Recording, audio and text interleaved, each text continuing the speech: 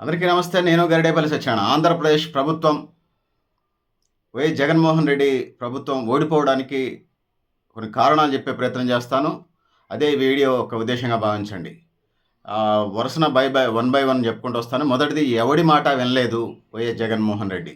ఇది ఈ one side ఒంటెద్దు పోకళ్ళలాగా అనిపిస్తుంది అనేది చెప్పక తప్పదు. దాని తర్వాత సలహాలు, సూచనలు ఎవరైతే తీసుకోలేదు అనేది రెండో ఓటమికి రెండో కారణంగా మనకు తెలుస్తూ ఉంది. మూడోది, పేదలకు డబ్బులు ఇస్తున్నాం కాబట్టి సంక్షేమ పథకాలు లబ్ధి పొందిన వాళ్ళు వాళ్ళే ఓట్లేస్తారు అనే ఒక భ్రమలో జగనన్న ఉన్నాడు అనేది మనకి స్పష్టం అవుతా ఉంది. దాంతోపాటు నాలుగోది, మేనిఫెస్టోలో ₹1,00,000 రుణమాఫీ అనేది వచ్చినప్పుడు అటు తెలుగుదేశం పార్టీ రుణమాఫీ చేస్తా చేయదా అన్న పరిస్థితి ఒక భాగంగానే, అసలు దానికి సంబంధించి మనం సాధ్యంగా మనం అమలు చేయలేని వాటిని హామీ ఇవ్వనని చెప్పేసి రైతులకు సంబంధించి రైతులను దూరం చేసుకున్నాడు. ఆ విధంగా జగనన్న ఓడిపోవడానికి ప్రధానమైన కారణం, జగన్మోహన్ రెడ్డి ఓడిపోవడానికి ప్రధానమైన కారణంగా నాలుగోది కనిపిస్తూ ఉంది. ఐదోది, ఖచ్చితంగా ఇటు ప్లాట్లు, ఇళ్ల స్థలాలకు సంబంధించింది కానీ, అటు భూములకు సంబంధించింది కానీ తెలంగాణలో కూడా ధరణి అని ఉన్నది. అట్లనే ల్యాండ్ టైటిల్ యాక్ట్ ఏదైతే ఉన్నదో అవి దానివల్ల ఎకరం ఉన్నా, 2 ఎకరాలున్నా, 10 ఎకరాలున్నా, 100 ఎకరాలున్నా, భూస్వాములైనా ల్యాండ్ లార్డ్లైనా నష్టం జరిగిద్దనే ఒక భయంతో, ఖచ్చితంగా ఒక భయంతో అది జరిగిద్దా జరగదా అది ఒక భాగం, జరగపోవచ్చు జనరల్గా 100కి 90%, 99%. కానీ జరిగిద్ది అనేటువంటి ప్రతిపక్షాలు చేసినటువంటి ఆరోపణలు తనని డిఫెన్స్లో పడేసినాయి అనేది చెప్పక తప్పదు. ఆ విధంగా land title act Jaganmohan Reddy ఇవ్వటం కారణంగా, ఐదో కారణంగా చెప్తా ఉన్నాం. ఆరోది, నవరత్నాలు అనేవి పోయిన 2019 ఎన్నికల్లో అదే పాట పాడిండు. ఏదో సామెతలాగా పాడిందే పాట అన్నట్టుగా పాత పాటలే పాడితే జనానికి లేటెస్ట్ అప్డేట్స్ చెప్పాలి. కానీ తెలుగుదేశం పార్టీ కొత్త విధానాలు తీసుకొచ్చిందనే చెప్పొచ్చు.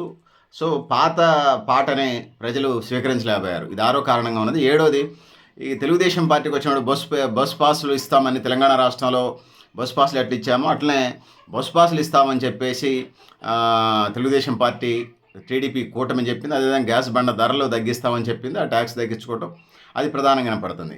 ఎనిమిదోది, జగన్మోహన్ రెడ్డి అతి విశ్వాసం, ఆత్మవిశ్వాసం, లెక్కలేనితనం ఎనిమిదో కారణంగా మనకి ఇక్కడ కనపడతా ఉంది. తొమ్మిదోది కారణం, కాపులంతా ఒకటయ్యారు. పవన్ కళ్యాణ్ 10వ కారణం ఏంటంటే, పవన్ కళ్యాణ్ 2 సార్లు పోటీ చేసి 2 సార్లు ఓడిపోవటం, వాళ్ళు దెబ్బతిన్న పుల్లాగా డిఫెన్స్లో పడిపోయారు. అది తీవ్రమైనటువంటి మనోవేదనకి గురి చేసింది. ఆ విధంగా కాపులు ఎన్నికల్లో క్రియాశీలమైన పాత్ర పోషించారు. అటు కమ్మారెడ్డి సమాజం కంటే వీళ్ళు చాలా క్రియాశీలంగా ఉన్నారు. అదేవిధంగా 11వ అంశానికి వచ్చినప్పుడు, ముద్రగడ పద్మనాభం కూతురు కాపు సంఘాలలో మెర్జ్ అయి పనిచేయటం. ముద్రగడ పద్మనాభం పొలిటికల్ పార్టీలతో టచ్లో ఉన్నా కూడా ముద్రగడ పద్మనాభం కూతురు అనేక సంవత్సరాల కాపు ఉద్యమ నిర్మాత ఎవరైతే ఉన్నారో అతని కూతురు ముఖ్యంగా జనసేన పార్టీతో టైఅప్ అవటం ప్రధాన కారణంగా చెప్పొచ్చు. అదేవిధంగా 12వ కారణానికి వచ్చినప్పుడు, ఆంధ్రప్రదేశ్ రాష్ట్ర వ్యాప్తంగా కాపులు గ్రామ స్థాయి నుంచి, మండల స్థాయి నుంచి వెళ్ళి కాపు కమిటీలు వేయటం, మనమేందో చూపించాలనుకోవటం. ఒక దశలో వాళ్ళు చంద్రబాబు నాయుడు వెళ్ళారు కాబట్టి, కానీ లేకపోతే వీళ్ళు ఓన్గా పోటీ చేయడానికి కూడా సిద్ధంగా ఉన్నారు. ఆ విధంగా వీళ్ళు ముందుకు వెళ్ళారని 12వ కారణంగా చెప్తున్నాను. 13వ కారణానికి సంబంధించినప్పుడు, ఆధిపత్య కులాలు ఏదైతే ఉన్నాయో కాపుతో పాటు కమ్మారెడ్డి సామాజిక వర్గాలు, జగన్మోహన్ రెడ్డి చేసినటువంటి సోషల్ ఇంజనీరింగ్ బాగానే ఉంది. అటు బీసీ, ఎస్సీ, ఎస్టీ, మైనారిటీలకు సంబంధించి ఆయన అనేక కార్యక్రమాలు చేశాడు. అందులో భాగమే అతను ముఖ్యమంత్రి అయినా తనతో పాటు ఈక్వల్గా డిప్యూటీ సీఎంలని BC, SC, ST, minority 4 deputy సీఎంలను పెట్టుకున్నాడు. అది సోషల్ ఇంజనీరింగ్ మంచిదే, సమాజానికి, దేశానికి రోల్ మోడల్. అది అందులో తేడా ఏం లేదు. భారతదేశంలో కుల వ్యవస్థ ఉన్నది కాబట్టి దాన్ని రోల్ మోడల్గా తీసుకొచ్చాడు. అది సోషల్ ఇంజనీరింగ్ని గౌరవిస్తున్నాం. కానీ ఇక్కడ ఆధిపత్య కులాలు ఏదైతే ఉన్నాయో, ఓసీలు అంటే బీసీలు 51% ఉన్నారు. ఇక్కడ ఆధిపత్య కులాలు ఉన్నట్టు ఏదైతే ఉందో కాపులు 13-14% ఉన్నట్టు కనపడతా ఉంది. అందులో కమ్మ, రెడ్లు వీళ్ళు ఎవరైతే ఉన్నారో వీళ్ళు దీన్ని జీర్ణించుకోలేని పరిస్థితి. భవిష్యత్తులో మా చేతుల్లో నుంచి ఇది పోతుంది అనేటువంటి పరిస్థితులు ఆధిపత్య కులాలు, అగ్రకులాలు అనలేమో, ఆధిపత్య కులాలు దీన్ని జీర్ణించుకోలేకపోవటం జగన్మోహన్ రెడ్డి ఓడిపోవడానికి 13వ కారణంగా అని చెప్పదలుచుకున్నాను. ఇక 14వ కారణానికి వచ్చినప్పుడు, ప్రధానంగా మనం ఇక్కడ కాపులు ఉన్న చోటనే కాకుండా రెడ్లు, కమ్మలు ఉన్నటువంటి చోట్లకు కూడా ఈ పరిస్థితి ఉన్నది. అటు నెల్లూరు వచ్చినప్పుడు ఒక సామాజిక వర్గం ఉంటుంది, కడప వచ్చినప్పుడు రెడ్డి సామాజిక వర్గం వస్తుంది. సో ఆ విధంగా జగన్మోహన్ రెడ్డి రెడ్డి అయినా కూడా బీసీలకి, ముఖ్యంగా ఇతర బహుజన కులాలకి రాజ్యాధికారం వాటా ఇస్తుండే కాబట్టి వాళ్ళు జగన్మోహన్ రెడ్డి విధానాలు నచ్చక ఖచ్చితంగా జగన్మోహన్ రెడ్డిని పెద్ద ఎత్తున నడుం బిగించి ఆ విధంగా ఓడించే ప్రయత్నం చేశారు.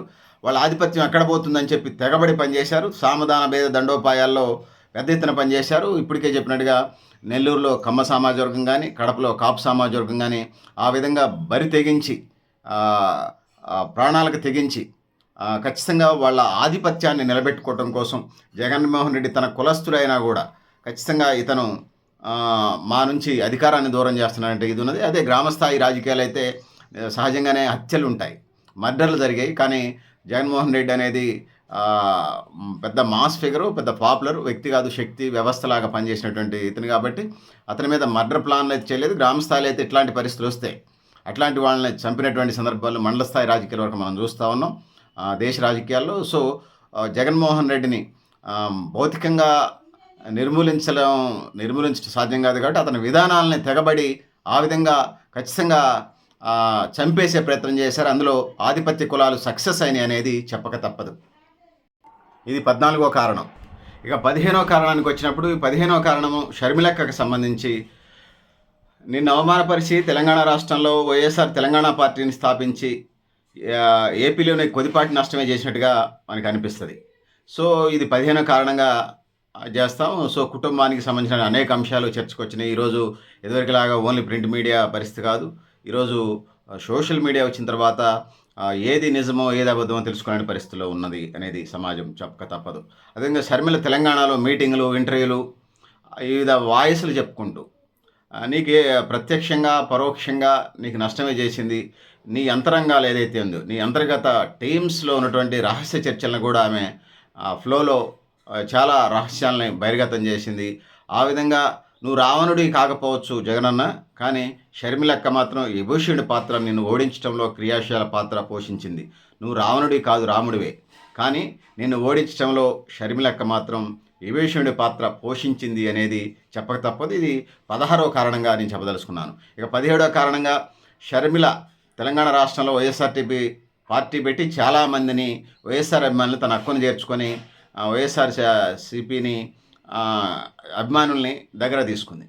కానీ వైఎస్ఆర్టీపీ ఏదైతే వైఎస్ఆర్ తెలంగాణ పార్టీని ఒకసారి కాంగ్రెస్ పార్టీలో విలీనం చేసి వైఎస్ఆర్ అభిమానుల్ని గుండెల మీద దన్నట్టుగా ఉంది. ఇది నిజం. ఎంతోమంది ఆర్థికంగా, సామాజికంగా, రాజకీయంగా, మానసికంగా అన్ని విధాలుగా కుంగిపోయారు, నష్టపోయారు, దెబ్బతిన్నారు, అనేక కేసులలో ఇరుక్కున్నారు. వీటన్నిటినీ పట్టకుండా అసలు వైఎస్ఆర్ అంటేనే, వైఎస్ రాజశేఖర రెడ్డి అంటేనే విశ్వాసం, నమ్మిక, మాట ఇస్తే వెనక్కి తిప్పినటువంటి మనిషి. షర్మిలకు వచ్చి దాన్ని విరుద్ధంగా వ్యవహరించి రాజశేఖర రెడ్డి యొక్క నీ ఇమేజ్ని దెబ్బతీసింది అనేది చెప్పక తప్పదు. వైఎస్ఆర్ టీపీ పేరుతో తెలంగాణ రాష్ట్రంలో ఆమె చేసే వైఎస్ షర్మిల చేసినటువంటి పాదయాత్ర అది నీ మీద నిత్యం చర్చ జరుగుతూ ఉండేది. వైఎస్ఆర్ అభిమానులు ఆ విధంగా చాలా నష్టపోయారు. ఆ ఇంపాక్ట్ కూడా నీ మీద పడ్డదనేది చెప్పక తప్పదు. సో వైఎస్ఆర్ పార్టీ లేకపోతే వైఎస్ఆర్ అభిమానులు షర్మిల చేసినటువంటి 18వ అంశంగా చెప్పదలుచుకున్నాను. షర్మిల చేసినటువంటి ఈ కారణం వల్ల వైఎస్ఆర్ ఆత్మకు శోభిస్తుంది అని చెప్పొచ్చు. ఆ విధంగా వైఎస్ఆర్ అభిమానుల గుండెలు క్షోభించాయి అనేది చెప్పక తప్పదు. ఇక 19వ అంశానికి వచ్చినప్పుడు 19వ అంశానికి ఉట్టికెక్కలేనమ్మ ఆకాశానికి నిచ్చెనలేసిందంట. తెలంగాణ రాష్ట్రంలో పార్టీ పెట్టి దాన్ని నడపలేక కాంగ్రెస్ పార్టీలో మెర్జ్ చేసి తగుదనమ్మ అంటూ మళ్ళీ ఆంధ్రాలోకి వచ్చేసి అక్కడ నీ రాజకీయ శత్రువులు ఎవరైతే ఉన్నారో వాళ్ళతోనే కొన్ని సందర్భాల్లో చర్చలు జరుపుతూ నీ ఆపోనెంట్ పార్టీలతోని మాట్లాడుతూ మీరే నాకు సొంత తోడబుట్టిన వాళ్ళు అంటూ నిన్ను అగౌరవపరిచినట్టుగా, అవమానపరిచినట్టుగా చేసింది. నీ క్యాడర్లో మనోస్థైర్యాన్ని దెబ్బతీసింది షర్మిల అనేది నేను 19వ కారణంగా చెప్పదలుచుకున్నాను. ఆ విధంగా నీ ఇమేజ్ దెబ్బతగిలింది, నీ ఇమేజ్ దెబ్బతీసింది షర్మిల. ఈ 20వ కారణంగా కాంగ్రెస్ హైకమాండ్ కూడా పాత కక్షలు కావచ్చు, కారణాలు ఏమైనప్పటికీ కూడా అదును కోసం చూస్తున్నట్టు కాంగ్రెస్ హైకమాండ్ తెలంగాణలో పార్టీ పెట్టి పనిచేస్తున్న ఒక రాష్ట్ర అధ్యక్షురాలని తెలంగాణలో తర్వాత వాళ్ళకి ఏమన్నా ప్రాధాన్యాలు ఉంటే తర్వాత అయినా వాళ్ళు తెలంగాణలో బాధ్యతలు ఇచ్చుంటే పోయేది. కావాలని ఆంధ్రప్రదేశ్లో తీసుకొచ్చి ప్రత్యేకంగా జాతీయ బాధ్యతలు అప్పచెప్పినా పోయేది, ఇన్ఛార్జ్ ఇచ్చినా పోయేది. అట్లా కాకుండా ప్రత్యేకంగా కాంగ్రెస్ పార్టీ సంబంధించినటువంటి రాష్ట్ర అధ్యక్షాలు చేసి నీ ఇమేజ్ని దెబ్బతీశారు. ఆ విధంగా ఏపీకి తీసుకొచ్చి నీ ఓట్ బ్యాంక్ మీద దెబ్బతీశారు అనేది నేను 20 అంశంగా చెప్పదలుచుకున్నాను. 21 అంశం, వైఎస్ వివేకానందరెడ్డి హత్య. మీ బాబాయ్ హత్యకు సంబంధించి నువ్వెప్పుడూ చెప్తూనే ఉన్నావు. కడప జిల్లా ప్రజలకు తెలుసు, ఆ దేవుడికి తెలుసు అని. కానీ సునీతక్క మాత్రం నిన్ను ఓడించమని ప్రత్యక్షంగా తను చేయని ప్రయత్నమే లేదు. అత్త మీద కోపం దుత్త మీద చూపించినట్టుగా నీ ఓటమికి నిన్ను ఓడించడంలో తనది కూడా క్రియాశీలమైన పాత్ర నీకు నష్టం చేసిందనేది 21 కారణంగా చెప్తున్నాను. అదేవిధంగా 22 కారణంకి వచ్చినప్పుడు ముఖ్యంగా వివేకానంద హత్య కేసుకు సంబంధించి టీడీపీ పార్టీ ఈసారి దీన్ని బాగా ఉపయోగపడింది అని చెప్పక తప్పదు. సో 22 కారణంగా చెప్తున్నాను. 23వది వివేకానందరెడ్డి ఏదైతే ఉన్నారో వివేకానందరెడ్డి కూతురు సునీతక్క హత్యావరాలని సోషల్ మీడియాలో పవర్ పాయింట్ ప్రజెంటేషన్. జనరల్గా ఏమైనా సాగునీటి ప్రాజెక్టులకి, ప్రభుత్వ పథకాలకి, ఇంకా వీటికైనా సంబంధించి పవర్ పాయింట్ ప్రజెంటేషన్, కొంత సాఫ్ట్వేర్కి సంబంధించిన అంశాలు పవర్ పాయింట్ ప్రజెంటేషన్ చేస్తారు. వివేకానందరెడ్డి హత్యని పవర్ పాయింట్ ప్రజెంటేషన్ చేస్తే టీడీపీకి ఉన్నటువంటి ఆంధ్రప్రదేశ్ వ్యాప్తంగా ఉన్నటువంటి లేకపోతే తెలంగాణలో ఉన్నటువంటి వాళ్ళతో సహా కొన్ని వందల సోషల్ మీడియా గ్రూప్స్ కానివ్వండి, కొన్ని వందల యూట్యూబ్ ఛానల్స్ కానీ, కొన్ని వందల గ్రూప్స్, వేల వాట్సాప్ గ్రూపులు కానీ నిన్ను క్యాంపెయిన్ చేసే పరిస్థితి ఉన్నది. సోషల్ మీడియా ఒక విభాగమే పనిచేస్తుంది. ఐటీకి మారిపేరు సిబిఎన్. ఆ సిబిఎన్ తన దగ్గర ఉన్నటువంటి టెక్నాలజీని అంతా ఉపయోగించి ఎన్నికల్లో తన గెలుపు కోసం ప్రయత్నం చేశారు. సో ఇవన్నీ కనిపెట్టాల్సిన బాధ్యత నీ మీద ఉంది. అది నీ తప్పిదమే అనేది నేను 23 అంశంగా తెలియజేస్తున్నాను. 24ది ఒక సినిమాను కూడా తీశారు వివేకానందరెడ్డి హత్య మీద, వయసు హత్య వ్యక్తివివరాలు అంటూ. సో ఆ విధంగా యూట్యూబ్ ఛానల్లో దాన్ని పెద్ద ఎత్తున ఫార్వర్డ్ చేసింది ప్రతిపక్ష పార్టీలు, ముఖ్యంగా తెలుగుదేశం. అంటే 25వ కారణం, తెలుగుదేశం పార్టీ పదుల సంఖ్యలో ఏపీలో రాష్ట్ర వ్యాప్తంగా వందలాది మంది లేకపోతే వందలాది యూట్యూబ్ ఛానల్స్తోనే నీ పార్టీని టార్గెట్ చేసే ఇది మీరు గమనించలేదనేది చెప్పొచ్చు. సో దానివల్ల కూడా మీరు ఓడిపోవడానికి కారణంగా చెప్పొచ్చు. 25వ అంశంగా నేను చెప్పదలుచుకున్నాను. ఇక 26వది, నేను సంక్షేమ పథకాలు చేస్తున్నా, జనం నాకు ఓట్లు వేస్తారు, నాకు ఓట్లు వేయండి అని చెప్తూ వెళ్ళారు. సో ఒక విమర్శ ఉన్నది దీని మీద. సంక్షేమ పథకాలు చేస్తే 26వ అంశం ఇది. దాని తర్వాత 26A భావించండి దీన్ని. సో ఆపోనెంట్ పార్టీ చేసినటువంటి టార్గెట్ని మీరు గమనించలేకపోయారు. ఆంధ్ర తెలంగాణ విడిపోయిన తర్వాత మిగులు బడ్జెట్తో తెలంగాణ ఉన్నది, లోటు బడ్జెట్తోనే ఆంధ్ర ఏర్పడ్డది. సరే, సిబిఎన్ మొదట అధికారంలోకి వచ్చినప్పుడు, చంద్రబాబు నాయుడు అధికారంలోకి వచ్చినప్పుడు తన బాధలే తనపడ్డాడు. ఈలోపు నువ్వు గెలిచావు. కారణాలు రాజకీయాల్లో అప్ అండ్ డౌన్స్ ఉంటుంటాయి. సో ఈ క్రమంలో నువ్వు చేసినటువంటి కార్యక్రమం ఏంటంటే, రాజశేఖర రెడ్డి బాటలో నువ్వు నడుద్దామని ప్రయత్నం చేసావు, కానీ పథకాల్లో నడిచావు, కానీ కార్యాచరణలో నడవలేదనేది అర్థమవుతా ఉన్నది, తెరితెలమవుతా ఉంది. సో అందుకోసం పథకాలు ప్రజలందరికీ అప్పులు తీసుకొచ్చి, ఆన తీసుకొచ్చి కుటుంబాన్ని జాగ్రత్త, కుటుంబం పెద్ద, నీకు ఒక అన్నగా ఒక మామగా నీకు బాధ్యతలు అప్పచెప్పారు జగనన్న. అయితే నువ్వు తీసుకొచ్చి పెడుతున్నాననే చూసావు, కానీ అది నీ సొంత సొమ్ము కాదు, నీ కుటుంబ సొమ్ము కాదు అనేది ప్రజల నుంచి, ముఖ్యంగా ప్రతిపక్ష పార్టీల నుంచి వినిపించినట్టు మాట. లక్షల కోట్లు అప్పు చేసేవారని ప్రతిపక్ష పార్టీలు చేసినటువంటి దీన్ని నువ్వు తిప్పికొట్టలేకపోయా. ముఖ్యంగా ఇది టీడీపీ దాన్ని బాగా ఉపయోగించుకొని క్యాంపెయిన్ చేసిందనేది చెప్పక తప్పదు. ఇక 27వ అంశంగా, ఇంకా నీ సర్వే సంస్థలు కానీ, నీ స్టేట్ ఇంటెలిజెన్స్ కానీ నీకు సరైన నిజమైన సమాచారం ఏమి ఇవ్వలేదనేది స్పష్టమవుతా ఉంది. సో దీన్ని బట్టి నీ టీంలో కొన్ని లోపాలు ఉన్నాయనేది దీన్ని బట్టి అర్థమవుతుంది. ఇక 28వ అంశానికి వచ్చిన నీ మెయిన్ టీం నిర్లక్ష్యంగా ఉందనేది చెప్పక తప్పదు. ఎందుకంటే అధికారం మందే కాబట్టి మనకేమొద్దనేది ఆ ధోరణిలో ఉన్నారు కాబట్టి ఇది 28వ కారణంగా చెప్తున్నాను. 29వ కారణం ఉన్నప్పుడు, ప్రతిపక్షంలో ఉన్నప్పుడు అడవిలో మనం నడుచుకుంటూ పోతుంటే ఎటు నుంచి ఏమొస్తుందని టెన్షన్గా ఉంటాం. పాము రావచ్చు, తేలు రావచ్చు, పులి రావచ్చు, సింహం రావచ్చు, విసర్పాలు రావచ్చు, ఏమైనా రావచ్చు, ముళ్ళ కంచెలు రావచ్చు. అట్లా నువ్వు ప్రతిపక్షంలో ఉన్నప్పుడు అప్రమత్తంగా ఉన్నావు. అధికారంలోకి వచ్చాక నీవు నీ పార్టీ శ్రేణులు ఏదైతే ఉన్నాయో నిర్లక్ష్యంగా ఉన్నది, అశ్రద్ధ చేసింది. అందువల్ల నువ్వు నీ ఓటమికి ఇది కూడా కారణం అని చెప్పేసి నేను 29వ కారణంగా నేను తెలియజేస్తా ఉన్నాను. సో 30వ కారణంగా, అధికారంలోకి వచ్చాక నీ సర్వే సంస్థలు కానివ్వండి, నీ నిఘా విభాగాలు కానివ్వండి, చివరికి నీ పార్టీ క్యాడర్ కూడా నిర్లక్ష్యంగా ఉందనేది చెప్పక తప్పదు. ఎందుకంటే వాళ్ళు గ్రౌండ్ రిపోర్ట్ నీకు ఇచ్చి ఉంటే నీకు ఈ పరిస్థితి వచ్చి ఉండేది కాదు, ఇవాళ ఉన్నటువంటి 11 సీట్లకు పడిపోయేవి కాదు అనేది చెప్పక తప్పదు. ఆ విధంగా ఉన్నదనేది 30 అంశంగా చెప్పదలుచుకున్నాను. 31వ అంశం రీజన్ ఏంటంటే, నువ్వు ఇచ్చిన సంక్షేమ పథకాలతో పాటు నవరత్నాలు గతంలో ప్రకటించిన నవరత్నాలే పాట పాడావు. ఇంకా టీడీపీలో కొన్ని పథకాలు అదనంగా యాడ్ చేసింది. అది నీకు నష్టం చేసిందనేది చెప్పక తప్పదు. దాంట్లో ఇప్పటికే చర్చించినట్టుగా టీడీపీ అది ప్రతిపక్ష పార్టీలో టీడీపీ నెక్స్ట్ సెకండ్ ప్లేస్‌లో ఉన్నది కాబట్టి తన ప్రయత్నాలు తను చేయటంలో తప్పేం లేదు. తన ప్రయత్నాలు తను చేసింది. గమనించుకోవాల్సిన బాధ్యత, దాన్ని సరిదిద్దుకొని ముందుకెళ్లాల్సిన బాధ్యత ఇది. ఆ విధంగా నువ్వు చేయలేదు కాబట్టి నీ ఓటమికి ఇది కూడా 31వ కారణంగా నేను తెలియజేస్తా ఉన్నాను. కొన్ని గతంలో ప్రవేశపెట్టిన పథకాలు 31లోనే ఏ అనుకోండి. 31 అంటే ఇంకొక అంశం ఏందంటే, కొన్ని తెలుగుదేశం పార్టీలో పెట్టినటువంటి పథకాలు ఏదైతే ఉన్నాయో, అవి కొన్ని పథకాలు మంచివి ఉన్నాయి. నువ్వు దాన్ని కంటిన్యూ చేయాల్సింది. రూ. 5కి అన్నం పథకం అనేది స్వామి వివేకానంద పెట్టినటువంటి కాన్సెప్ట్ అది. ఈ దేశంలో ఎవరు కూడా ఆకలితోని ఉపవాసాలు ఉండొచ్చు. ఆరోగ్యం కోసం ఉపవాసాలు ఉంటారు వివిధ మతాలకు సంబంధించి. కానీ ఈ దేశంలో ఎవరు ఉండకూడదని ఆకలితోని ఎవరు ఉండకూడదు. రామకృష్ణ మిషన్ వాళ్ళు రూ. 10 అన్నం పెట్టేవాళ్ళు. కడుపు నిండా అన్నం పెట్టేవాళ్ళు. దాన్ని అన్నపూర్ణ పథకం పేరుతోని తెలంగాణ రాష్ట్ర వ్యాప్తంగా రూ. 5కి అన్నం పెట్టారు. ఆంధ్రప్రదేశ్లో కూడా ఎన్టీఆర్ అన్న క్యాంటీన్ల పేరుతోని చంద్రబాబు నాయుడు రూ. 5కి అన్నం పథకం పెట్టారు. దానికి పెద్ద ఎత్తున రోజుకి 200 నుంచి ఒక్కొక్క సెంటర్‌కి 500, 1000 మంది తినే సందర్భాలున్నాయి. సో, అంటే దాన్ని నువ్వు ఐడెంటిఫై చేయలేకపోయావు. ఎందుకంటే రాష్ట్రంలో జనరల్‌గా 100% అమెరికాలాగా అభివృద్ధి చెందలేదు. నీ పద్ధతిలో నువ్వు వెళ్ళావు గానీ, అలాంటి కొన్ని పథకాలున్నాయి. అవి నువ్వు అమలు చేసుంటే నీకు ఈ పరిస్థితి వచ్చి ఉండేది కాదనేది నేను చెప్పదలుచుకున్నాను. ఇక 32వది, నీ 3 రాజధానులకు సంబంధించి ఏది రూపాయి బిళ్ళ తెచ్చింది లేదు. అప్పులే చేసినవి తప్పితే కేంద్రం నుంచి. అదేవిధంగా ఆ 3 చోట్ల ఎక్కడ కన్‌స్ట్రక్షన్స్ అనుకున్న స్థాయిలో కంప్లీట్ చేసింది లేదు. సో, పోలవరం ప్రాజెక్ట్ కూడా నువ్వు పూర్తి కేంద్రం నుంచి నిధులు తీసుకొచ్చి పూర్తి చేయలేకపోయావు. నీ ఓటమికి 32వ కారణంగా ఇది చెప్తా ఉన్నాను. ఈ 33వ కారణం వైఎస్ షర్మిల కాంగ్రెస్ నీ ఓటు బ్యాంక్‌ని కొల్లగొట్టింది అనేది ఇది జగమెరిగిన సత్యం. తను ఎటు అడుగు వేసినా ఎక్కువ మీడియా టార్గెట్ చేస్తూ నీ ఓటు బ్యాంక్‌ని కొల్లగొట్టే ప్రయత్నం చేశారు. జనరల్‌గా వైఎస్ఆర్‌సీపీ ఓటు బ్యాంకు ఏదైతే ఉన్నదో అటు పడితే అది కూడా నీ ఓటమికి ప్రధానమైన కారణంగా చెప్పదలుచుకున్నాను. అది ప్రధానమైన కారణం.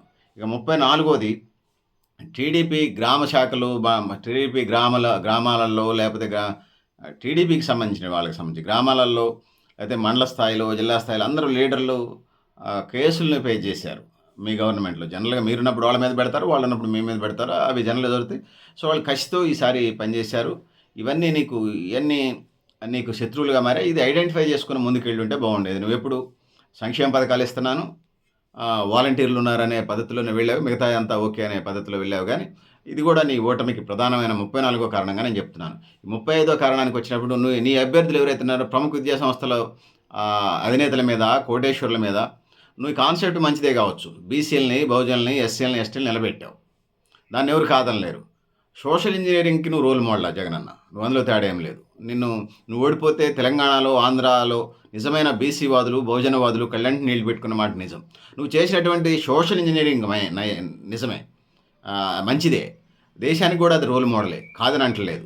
కానీ నేను ఇక్కడ ఏం చెప్పదలుచుకున్నానంటే, నేను చెప్పదలుచుకున్నది ఏంటంటే, నువ్వు చేసినటువంటి సోషల్ ఇంజనీరింగ్ పెద్ద పెద్ద కోటేశ్వర్ల మీద ఇది పెట్టావు. అంతెందుకు లోకేష్ అన్న మీద నువ్వు మామూలు ఒక బీసీ ఆడబిడ్డని నిలబెట్టావు.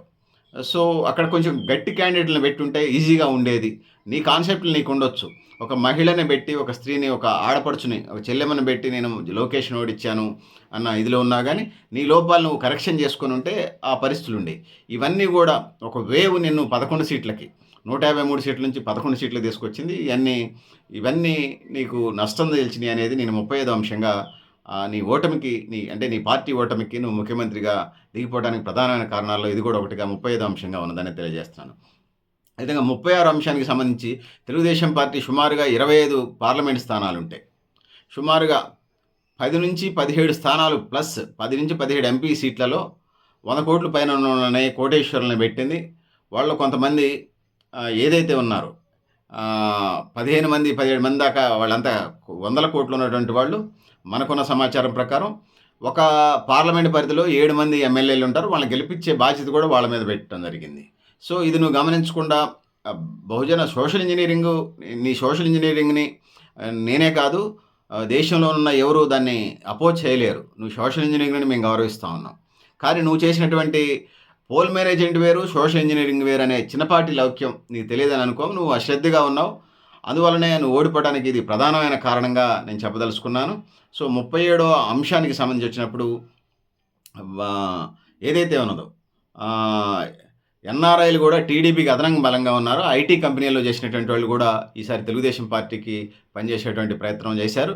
ఆ విధంగా 37 అంశంలో ఎన్ఆర్ఐలు కూడా చాలా గ్రామాల్లో వాళ్ళు కొంత సొంత కమ్మ సమాజ వర్గం అనొచ్చు, లేకపోతే తెలుగుదేశం పార్టీ అభిమానం కావచ్చు, లేకపోతే ఐటీతోని ఆ కుటుంబాలు ఆర్థికంగా లక్షల కోట్ల రూపాయలు సంపాదించుకునే వెల్ సెటిల్ కావచ్చు, వాళ్ళు ఆయా గ్రామాల్లో ఇన్ఫ్లుయెన్స్ చేశారు. ఇది నీ ఓటమికి కారణం. నువ్వు ఇది ఐడెంటిఫై చేయకపోవటం, నీ పార్టీ తెలుగుదేశం పార్టీ చాలా సుదీర్ఘకాలం ఉండటం, నీ పార్టీ కూడా కొద్ది కాలమే కావటం, నీకు అనుభవాల లోపాలు కొట్టొచ్చినట్టు కనపడ్డాయి. అందులో నువ్వు సరిగా వినని పరిస్థితుల్లో కూడా ఉన్నావు నువ్వు. నేను చేస్తున్నాను కాబట్టి వేస్తారు ఓట్లు అనేది కాకుండా సంక్షేమ పథకాలు చేయటం మంచిదే, వెల్ఫేర్ చేయటం మంచిదే, సోషల్ ఇంజనీరింగ్ చేయటం మంచిదే. దాన్ని పరిపాలన మేమేం తప్పు పట్టలేదు. కానీ పోల్ మేనేజ్మెంట్ వేరు జగనన్న, నువ్వు అది చేయలేకపోయావు. అందుకోసమే నీకు ఓటమి ఎదురైంది అనేది ఇక్కడ నేను చెప్పదలుచుకున్నాను. సో ఇది నేను 37వ కారణంగా ఇది చెప్పదలుచుకున్నాను నీ ఓటమికి. ఎన్ఆర్ఐలు, కోటేశ్వర్లు వీళ్ళందరూ కూడా నీ ఓటమికి కారణమయ్యారనేది నేను ఇక్కడ చెప్పదలుచుకున్నాను. ఇది 37వ కారణం. వైఎస్ రాజశేఖర రెడ్డి ముద్దుల కొడుకు నువ్వు. ఆస్తులకే కాదు, రాజకీయ వారసత్వానికి కూడా నువ్వు వారసుడివే. ఆయన తలలో నుంచి వచ్చినవాడి మా జగనన్న అనుకుంటారు జనం. జగనన్న అంటారు, వాళ్ళ పిల్లలు జగన్ మామయ్య అంటారు. నీ అభిమానులు అన్న అన్న అంటారు. నీ అన్న నీ ఎంట తిరిగేటువంటి వాళ్ళ భార్యలు కూడా మా జగన్ బావ అని నేను చాలా వీడియోస్ కూడా చూశాను. సో అంటే నిన్ను ఓన్ చేసుకున్నారు, దాన్ని నేను కాదని అంటలేదు. కానీ వైఎస్ రాజశేఖర సంబంధించినటువంటి సంక్షేమ పథకాలని నువ్వు కొనసాగించావు, దాన్ని నేను కాదని అంటలేదు. సో అయితే రాజశేఖర రెడ్డి అంటే, వైఎస్ఆర్ అంటే విశ్వసతని ఎక్కువ పెట్టింది పేరు. నిత్యం అతను ప్రజల్లో ఉండేవాడు రాజశేఖర రెడ్డి. రాజశేఖర రెడ్డిని కలవడానికి వెళ్ళాలంటే కారు ఇంటి ముందుకు పోయేది. సరే ముఖ్యమంత్రి అయినంత మాత్రాన సెక్యూరిటీకి సంబంధించిన నియమ నిబంధనలు ఉంటాయి, దాన్ని ఎవరు కాదనరు. ఎవరు ముఖ్యమంత్రి అయినా, చివరికి నేను ముఖ్యమంత్రి అయినా, ఇంకొకళ్ళు ముఖ్యమంత్రి అయినా, మీరు ముఖ్యమంత్రి, ఆ సెక్యూరిటీ రూల్స్ ఉంటాయి, దాన్ని ఎవరు కాదనరు. కానీ వైఎస్ రాజశేఖర్ని కలవడానికి వెళ్ళేటప్పుడు ఆ ఇంటి ముందు ఆ కారు పోయేది, 10 అడుగులు వేస్తే ఇంట్లో భయపడేటోళ్ళు. డైరెక్ట్ పోయి వైఎస్ఆర్ని కలవడానికి ఈజీగా ఉండేది. సో నీ దగ్గర రావాలంటే నీది పెద్ద ఫామ్ హౌస్ లాగా, రాజావారి దర్బార్ లాగా ఉంటుందట. కారు 1 కిలోమీటర్ దూరంలో నిలబెట్టి పార్కింగ్ చేసి అక్కడి నుంచి నడుచుకుంటూ రావాలి. నడుచుకుంటూ వచ్చిన తర్వాత నువ్వు అపాయింట్మెంట్ ఇస్తావో లేదో. ఈ విషయంలో నీ ఓటమికి ఇది ప్రధానమైన కారణాల్లో ఇది కూడా ఒకటి, 38వ కారణంగా చెప్తున్నాను. సో రాజశేఖర రెడ్డి నిత్యం ప్రజల్లో ఉండేవాడు. ఎమ్మెల్యేలు, ఎంపీలు వాళ్ళతో తరచూ మాట్లాడుతుండేవాడు. ఇది చాలదన్నట్టు గ్రామ సభలు పెట్టి గ్రామాలకి తిరిగే ప్రయత్నం చేశాడు. తను నమ్మిన వాళ్ళ కోసం ఎంత దూరం అయినా వెళ్తాడు. తన మరణం కూడా తను నమ్మిన వాళ్ళ కోసమే అక్కడికి వెళ్ళి, ఆ పెళ్ళిలో కావచ్చు, ఇతర గ్రామ సభలకు సంబంధించి ఆ క్రమంలోనే తన జీవితకాలం ముగిసింది. అంత వానలో కూడా వెళ్ళాడంటే తనకు అంత విశ్వసనీయత.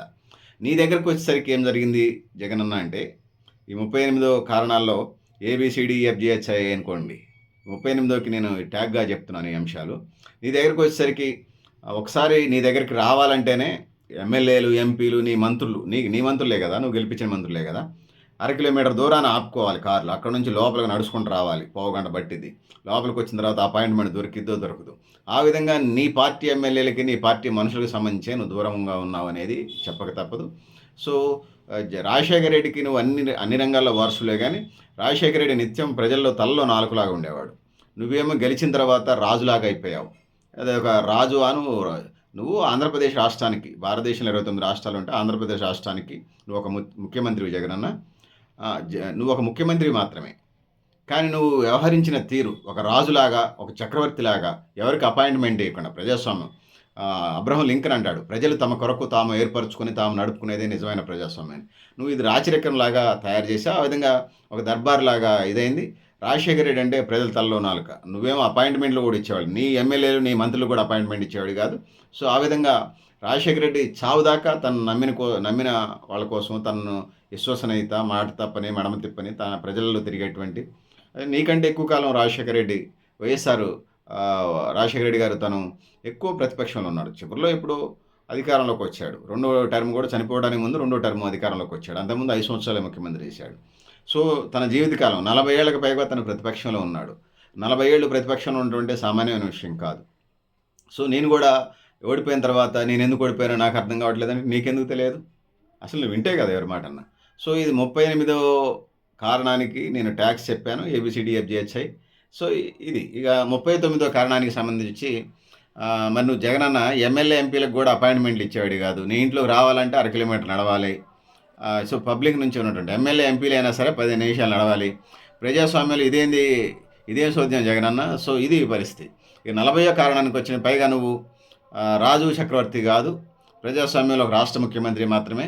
నువ్వు ఇది మర్చిపోతే ఎట్లా? దాని తర్వాత 41వ కారణం సంక్షేమ పథకం, వాలంటీర్లు, సర్వరోగ నివారణ కాదు. కరోనా వస్తే కరోనా వ్యాక్సిన్ లాగా సంక్షేమం మంచిదే, నీ సంక్షేమాన్ని నేను కాదంటలా. వాలంటీర్ల పేరుతోనే వాలంటీర్లకు సంబంధించి అది పెట్టే ప్రయత్నం చేశావు. కొంతమందికి ఉపాధి దొరికింది. వృద్ధులకి వాళ్ళందరికీ సంబంధించి ఇంటికి పోయే రేషన్ బియ్యం దగ్గర నుంచి అటు పెన్షన్ల దాకా ఇస్తున్నాం. అది భారతదేశానికి కూడా తలమానికంగానే ఉన్నది. కానీ అదొక్కటే సర్వాంతర్యామి, సర్వరోగ నివారణి, అదే శ్రీకృష్ణ పరమాత్మ, అదే అల్లా జీసస్ క్రీస్తు అన్నట్టుగా భావించావు. అది సో ఆ సంక్షేమం వాలంటీర్ల వ్యవస్థే నేను గట్టెక్కిద్ది అనుకున్నావు. అది గట్టెక్కించలేదు. నీ ఓటమికి అది ఒక 41వ కారణంగా నేను చెప్పదలుచుకున్నాను. నీ సోషల్ ఇంజనీరింగ్ నేను తప్పట్ల 42 అంశాన్ని. నువ్వు చేసిన సోషల్ ఇంజనీరింగ్ దేశానికి రోల్ మోడల్. కుల జనగణన అన్నావు, చేసి పెట్టేశావు. దాన్ని ఎవరు కాదంటలేదు. కానీ ఆధిపత్య కులాలు దీన్ని జీర్ణించుకోలేకపోతున్నాయి. వాళ్ళు ఉన్నది తక్కువే జనాభా కావచ్చు, కానీ ఇది నువ్వు గమనించలేకపోయావు. ముఖ్యంగా 200 సీట్లు ఉన్నాయి ఆంధ్రప్రదేశ్లో, 25 ఎంపీ సీట్లు, అదేవిధంగా 175 ఎమ్మెల్యే సీట్లు.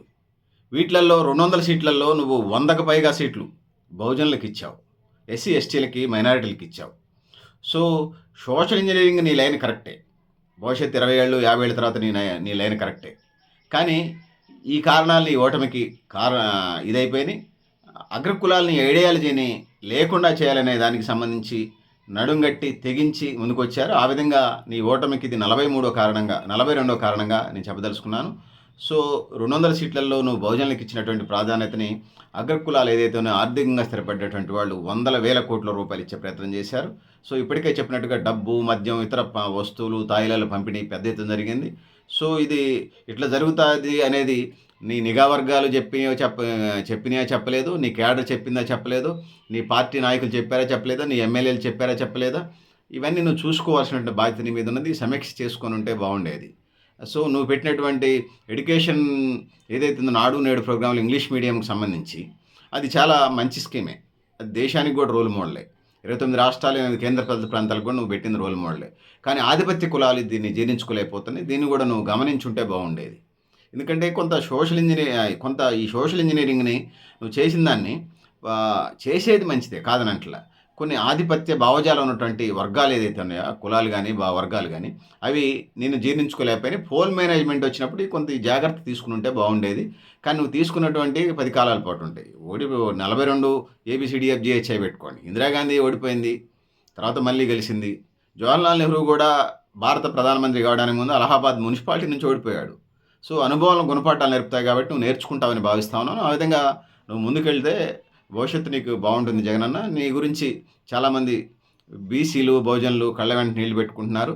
చాలామంది అయితే ఆంధ్రప్రదేశే కాదు దేశవ్యాప్తంగా బీసీలకి చదువుకునే హక్కును రద్దు చేయాలి కోపంతో, నువ్వు ఓడిపోయావని కోపంతో బీసీలకి, బహుజనులకి చదువుకునే హక్కును రద్దు చేయాలి, ఉద్యోగాలు చేసి రద్దు చేయాలి, బానిసత్వమే అందరూ చేయాలి బీసీలు, బహుజనులని అంత కోపంతో అంటున్నారు. నువ్వు ఓటమికి దారితీసిన పరిస్థితులు. ఒక సంక్షేమం చేసినప్పుడు దానివల్ల వచ్చే రిఫ్లెక్ట్స్ని చూడాల్సిన బాధ్యత అధినాయకుడిగా నీ మీద ఉన్నది. అది నువ్వు చేయలేకపోయావు. 42వ కారణంతో పాటు ఏబిసిడిఎఫ్జిహెచ్గా పెట్టుకోండి. సో ఇది కూడా నీ ఓటమికి దారితీసింది అనేది చెప్పక తప్పదు. నీ ఓడిపోయిన తర్వాత మీరు చెప్పేటువంటి విషయాలు మనసుతో, గొంతుతో, మార్దవంతో, ఆశ్చర్యపోతూ, బాధపడుతూ కొన్ని సమయాల్లో నేను బాధపడ్డాను ఆ వీడియో చూసినప్పుడు. 43వ కారణం ఏంటంటే, సాధారణంగా నువ్వు చూస్తున్నటువంటి సినిమాల కథలో సహజంగా సినిమా చూసేటప్పుడు సినిమా కథలు లీనమవుతాం, ఎన్నోసార్లు లీనమై భావోద్వేగాలకు గురవుతాం. నువ్వు చెప్పే మాటలు విన్నప్పుడు మేము కూడా అలానే భావోద్వేగాలకు గురయ్యాం. కానీ నువ్వు పోల్ మేనేజ్మెంట్ చేసుకోలేకపోయావు. ఇది 43వ కారణం. 44వది, మళ్ళీ వాస్తవ ప్రపంచంలోకి వచ్చినప్పుడు ఆ నటుల కౌశల్యాన్ని పులకించిపోతాం. ఎందుకంటే అంత బాగా నటన పండించారని. వాస్తవ ప్రపంచానికి, మీడియాకి వదిలిన రికార్డులు, వీడియోలు చూసినప్పుడు నీ పాత్రను చూసి అయ్యో పాపమని అనుకునేలా చేశావు. సో ఆ విధంగా ఉన్నది. ఇది 44వ కారణంగా చెప్తా ఉన్నాను. సో ఇది నీ అంటే ప్రజలు ఆ ప్రతిపక్ష పార్టీలు నీ చెప్పినటువంటి మనసులో ఉన్నటువంటి భావోద్వేగాల్ని నమ్మకుండా క్యాంపెయిన్ చేసినాయనేది చెప్పక తప్పదు. ఇది 44వ అంశం. ఇక 45 అంశానికొచ్చినప్పుడు. ఇక 45వ అంశానికొచ్చినప్పుడు ఇప్పటికే చెప్పున్నాను నేను. మీ కష్టార్జితం ఏదో మీ కుటుంబానిదో, మీ బంధువులదో వాళ్ళ కష్టార్జితం డబ్బులు తెచ్చి, అప్పు తీసుకొచ్చి, లేపోతే వాళ్ళ దగ్గర నుంచి తీసుకొచ్చి డొనేషన్స్ వసూలు చేసి, ఈ డబ్బులన్నీ సంక్షేమానికి ఖర్చు చేస్తున్నట్టుగా నువ్వు ఫీల్ అయినట్టుగా ప్రతిపక్ష పార్టీలు క్యాంపెయిన్ చేసినాయి. సో, ప్రజలకు కట్టిన పన్నులే ఆ డబ్బులనేది నువ్వు గమనించలేకపోయావు. ప్రతిపక్షాలు చేసినటువంటి టార్గెట్‌ని నువ్వు గుర్తించకపోవటం నీదే లోపం తప్ప మరొకటి కారణం కాదు. ఇది 45వ కారణంగా చెప్తున్నాను. 46వ కారణం సంక్షేమం వాలంటీర్ల వ్యవస్థలో పడిపోయి నువ్వు రోడ్లు, బ్రిడ్జిలు, డ్రైన్లు, గ్రామీణాభివృద్ధిని అంత పట్టించుకోలేదనేది ప్రతిపక్షాలు పెద్ద ఎత్తున క్యాంపెయిన్ చేసినాయి. సిబిఎన్ చంద్రబాబు నాయుడు ముఖ్యమంత్రిగా ఉన్నప్పుడు, ఉమ్మడి ఆంధ్రప్రదేశ్ ముఖ్యమంత్రి ఉన్నప్పుడు, తర్వాత ఉన్నప్పుడు రోడ్లు, డ్రైన్లు, బ్రిడ్జిలు కట్టడంలో ఆయనకు పెట్టింది పేరు. వరల్డ్ బ్యాంక్ నుంచి కూడా నిధులు తీసుకొచ్చాడు.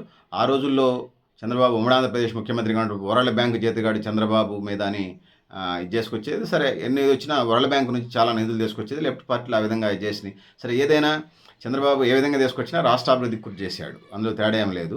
సరే రాజకీయాల్లో అనేక విమర్శలు ఉంటుంటాయి. సో 46వ కారణంగా రోడ్లకు సంబంధించి ఏబిసిడిఎఫ్జిహెచ్ అనుకోండి. రోడ్లు, బ్రిడ్జిలు, డ్రైన్స్ ఇతర కారణాల సమయం గ్రామీణాభివృద్ధిని నువ్వు పట్టించుకోలేదు. అందుకోసం నువ్వు ఓడిపోవడం ఇది కూడా ప్రధానమైన కారణంగా కనపడుతుంది. ఇది 46వది అనుకోండి.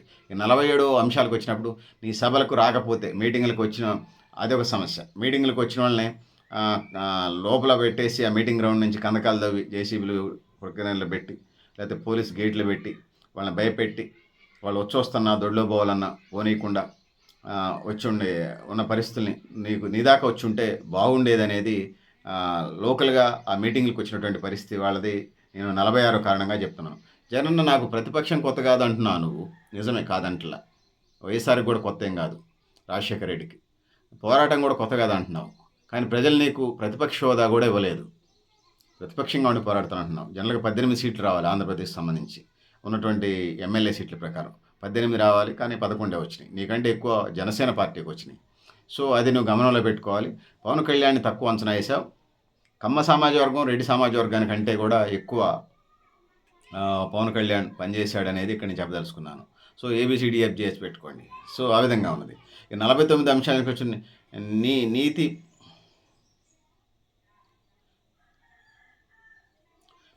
మొత్తం నీ పార్టీకి సంబంధించి 11 మంది గెలిచారు నీతో కలిసి. 11 మంది అంటే నువ్వు కాక 10 మంది గెలిచారు. వీళ్ళల్లో నీతో పాటు ఉండేది ఎంతమంది, పోయేది ఎంతమంది, బయటికి వెళ్ళి నిన్ను తిట్టేది ఎంతమంది కాలమే చెప్పాలి. సో ఇదొకటి కూడా సస్పెక్టెడ్గా ఉన్నది. ఇది 49వ కారణంగా చెప్తున్నాను. ఇక 50వ కారణం ఇంట్లో బయట మహిళలు ఓట్లు వేస్తారని నువ్వు ఎప్పుడు చెప్తా ఉన్నావు. నిజంగానే సొంత ఆడబిడ్డలాగా చూసుకున్నావు. కానీ ఇంట్లో ఆడబిడ్డలకు సంబంధించి దాన్ని ఇంట గెలిచి రెచ్చగలిగారంటారు కదా జగనన్న, నువ్వు అది చేయలేదేమో అని అనిపించింది. సో ఇది 50వ కారణంగా నేను చెప్పదలుచుకున్నాను.